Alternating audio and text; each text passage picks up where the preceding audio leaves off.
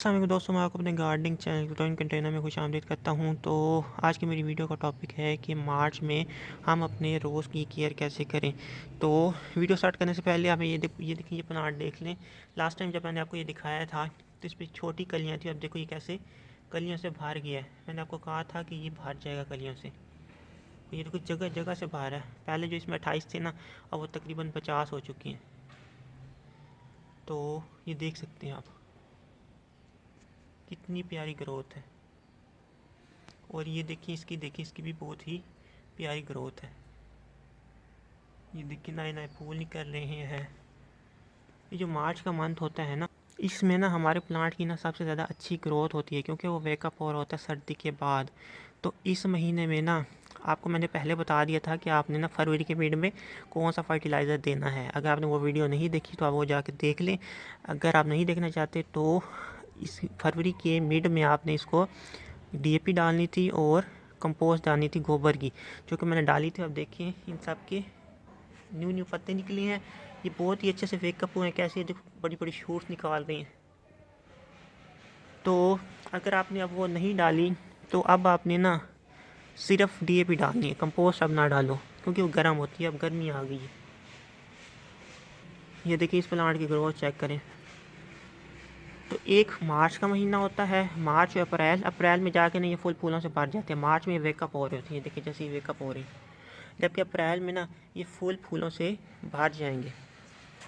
ये देखिए अब ये जो वेकअप हुए हैं ये अपनी नई बर्ड सेट कर रहे हैं। ये देखो यहाँ पे बर्ड सेट हो रही है। तो इस मौसम में सिर्फ आपने डीएपी डालनी है। आप कंपोस्ट अब ना ही डालो तो अच्छा है, क्योंकि उसमें नाइट्रोजन होती है, वो बहुत गर्म होती है। ऊपर से तेज़ गर्मी तो वो इसके पत्तों को भी जला सकती है। एक और बात का जो आपने ध्यान रखना है कि मार्च में ना आपने ज़मीन से निकला हुआ कोई प्लांट नहीं लाना। अब आप जो गाची में आते थे ना प्लांट, वो कोई भी नहीं लाना, क्योंकि वो अब नहीं पच पाएगा। गर्मी आएगी वो मर जाएगा। ऐसे प्लांट लाने हैं जो नर्सरी वालों के पास दिसंबर में आए थे और वो उन्होंने गमलों में सेट कर दिए हैं, यानी कि वो नए पत्ते अपने निकाल चुके हैं। तो ऐसे प्लांट आप ला सकते हो नर्सरी से आप। लेकिन गाची में कोई भी प्लांट लाने की गलती मत ना करना, क्योंकि वो गर्मी है। गाची इतनी जल्दी ना वो न्यू रूट सेट नहीं करेगा कि गर्मी आ जाएगी तो फिर वो मरने वाला हो जाएगा। सबसे बेहतरीन बात यही है कि आप ना जो ज़मीन से निकले प्लांट लाते हो सिर्फ दिसंबर या जनवरी में लाओ, फरवरी में भी ना लाओ। और मार्च में तो बिल्कुल भी नहीं लाने। मार्च में वो प्लांट लाने हैं जो उन्होंने पहले से सेट किए हुए हैं। अच्छा, मार्च में आप अब सेट प्लांट लेके आ गए हो, अब उस पर ना जो सी पुराने फूल हैं ना उसको नहीं टिकने देना।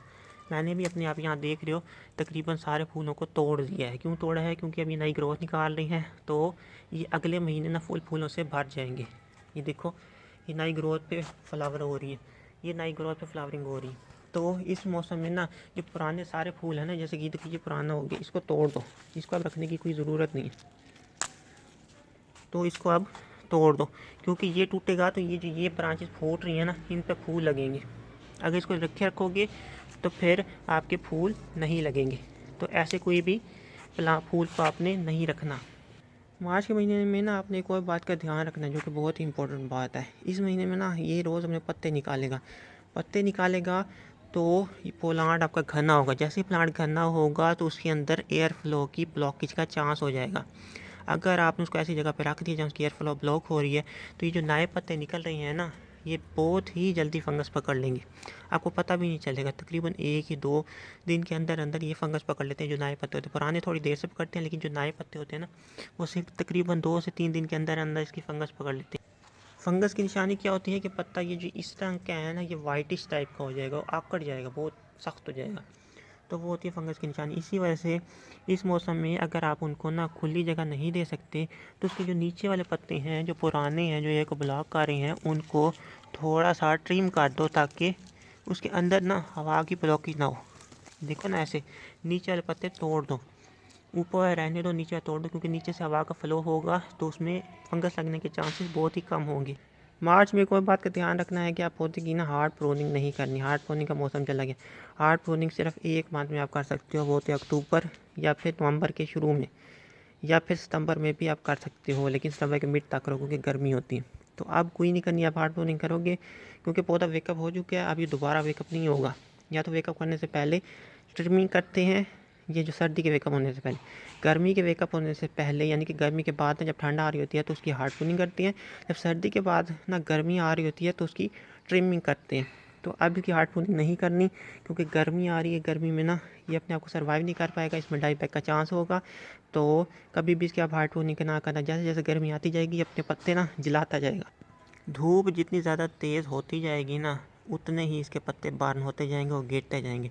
जितने इसके पत्ते गिरते जाएंगे इसकी टहनियाँ विजिबल होती जाएंगी, जितनी इसकी टहनियाँ विजिबल होंगी उस पर धूप लगेगी, उसके मरने के चांसेस होंगे। तो बेहतर यही है कि आपने ना अब ना वो नहीं करना, इसकी प्रूनिंग नहीं करनी, ये गलती कभी ना करना। अगर कोई कर रहा है तो बिल्कुल उसको फॉलो नहीं करना। ये मैं आपको अपना आजमाया हुआ नुस्खा बता रहा हूँ, क्योंकि अगर आपने प्रूनिंग की ना हार्ड वाली तो भूल जाओ। अगर आपको प्लांट ही वेकअप हो जाएगा, फॉर एग्जाम्पल कि मेरा प्लांट अभी वेकअप नहीं हुआ यानी कि उससे पत्ते नहीं निकाले, तो फिर मैं हार्ड प्रूनिंग निकाल लेता हूँ तो चांस है कि वो बच जाएगा, क्योंकि वो तेज़ी से अपने नए पत्ते निकालेगा। लेकिन अगर वो ऑलरेडी वेकअप हो चुका है, जैसे कि देखिए हो चुकी हैं, तो फिर अगर आपने उसकी हार्ड प्रूनिंग निकाल दी तो भूल जाओ कि वो बचेगा। तो ये छोटी छोटी बातें होती हैं जिनको आपको ध्यान में रखना पड़ता है। तो ऐसी छोटी छोटी बातों को ना फॉलो किया करो, क्योंकि मैं भी निगलेक्ट कर देता था, लेकिन जब मेरे से गलतियाँ हुई तो फिर मैंने सीखा। इसी वजह से अब ना इसकी हार्ड प्रूनिंग तो बिल्कुल भी नहीं करनी। फर्टिलाइज़र कौन सा देना, आप डीएपी देनी है, 1 मार्च को डीएपी दे दो, फिर 15 मार्च को डीएपी दे दो, फिर अप्रैल में हल्की डीएपी दे दो, उसके बाद बिल्कुल भी नहीं देनी। अब ना क्या होगा कि पौधे की पत्ती बहुत ही जल्दी खुश्क हो जाएगी।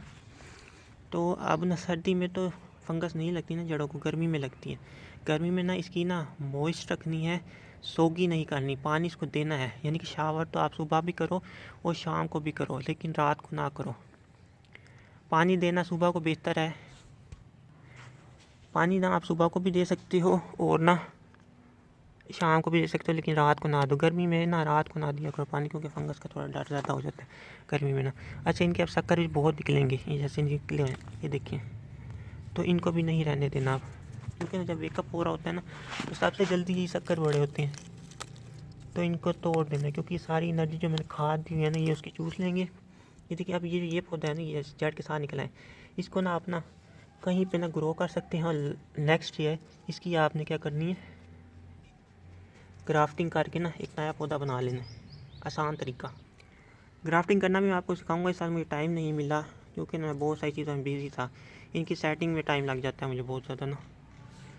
तो जब तक ये सेट नहीं होता तब तक मैं ग्राफ्टिंग नहीं कर सकता, लेकिन नेक्स्ट ईयर इंशाल्लाह करूँगा, तो आपको ग्राफ्टिंग करना भी सिखाऊंगा। तो जो बातें मैंने बताई हैं उनको अपने पल्ले से बांध लो। एक तो ये है कि अब इसकी हार्ड प्रूनिंग नहीं करनी, इसको फुल धूप में रखो, इसको सिर्फ डीएपी देनी है, अब आगे कोई और फर्टिलाइज़र नहीं देना, गोबर की खाद वाला भी कोई फर्टिलाइज़र नहीं देना। पुराने फूल जो भी हैं उनको तोड़ दो, क्योंकि अब ये वेकअप हो रही है, नए फूल निकालेगा, इनको ना रहने दो पुराने फूलों को ना। और अब इसलिए पानी में ना मिट्टी में ना मॉइस्चर बना के रखना, लेकिन सोगी नहीं करनी, सोगी करोगे तो फंगस लग सकती है। इसके जो नए पत्ते निकल रहे हैं ना, वो अगर बहुत ज़्यादा कंजस्टेड हो गए, आपके पौधे कंजस्टेड पड़े हैं, तो उसके नीचे वाले पत्ते ट्रिम कर दो। ये देखो मैंने तो थोड़ा थोड़ा फासला रखा हुआ है ना। और कोई जो अभी शक्कर निकल रहा है उसको ना निकलने दो, क्योंकि सारी एनर्जी वेस्ट कर देता है। और अब आपने मार्केट से कोई रोज़ नहीं लाना जो ऐसा हो जो ज़मीन से अभी अभी निकला हो। लेकिन अगर आप एक साइड प्लांट लेके आए हुए हो तो उसको क्या करना है, उसको ना अब ना फुल धूप में रखना है। आपने ये नहीं करना। ये देखो, ये मैंने इस साल लाया था, तकरीबन पता नहीं किस महीने में लाया था, और ये बिल्कुल मार गया था, यानी कि पूरे के पूरे पत्ते ने झाड़ दिया था, इसकी जड़ थी ही नहीं। तो मैंने इसको कोकोपीट में शिफ्ट किया, ऐसे प्लांट को जो मार रहा हूँ। और ये देखो, अब देखो इसके कैसे नए नए फूल आने लग गए हैं, और ये रिकवर हो चुका है, आपको कंप्लीट बच चुका है ये वाला पौधा। अगर आप पुराने व्यूवर हो ना, आपको पता होगा इसका।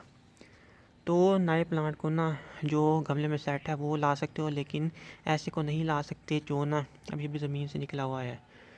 पानी इसको अच्छा देना है, इसमें पानी की कमी नहीं होने देनी। एक दफ़ा पानी की कमी हो जाए तो ये मर जाएगा, रोज़ ना सारे पत्ते पीले कर देता है।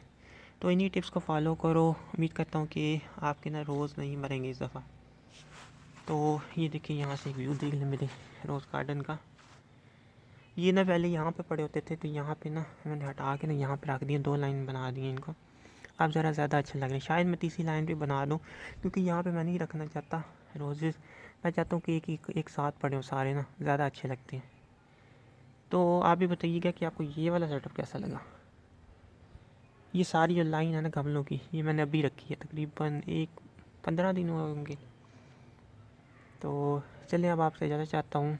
आपको आसान टिप्स बताता हूँ कि आपको ना ज़्यादा मुश्किल भी ना हो रोज़ ग्रो करने में। अगर अच्छी लगी हो तो इसको लाइक कर दीजिएगा, शेयर कर दीजिएगा और मेरे चैनल को सब्सक्राइब कर दीजिएगा। अगर कोई क्वेश्चन हो तो नीचे कमेंट में पूछ लीजिएगा। अल्लाह हाफिज़।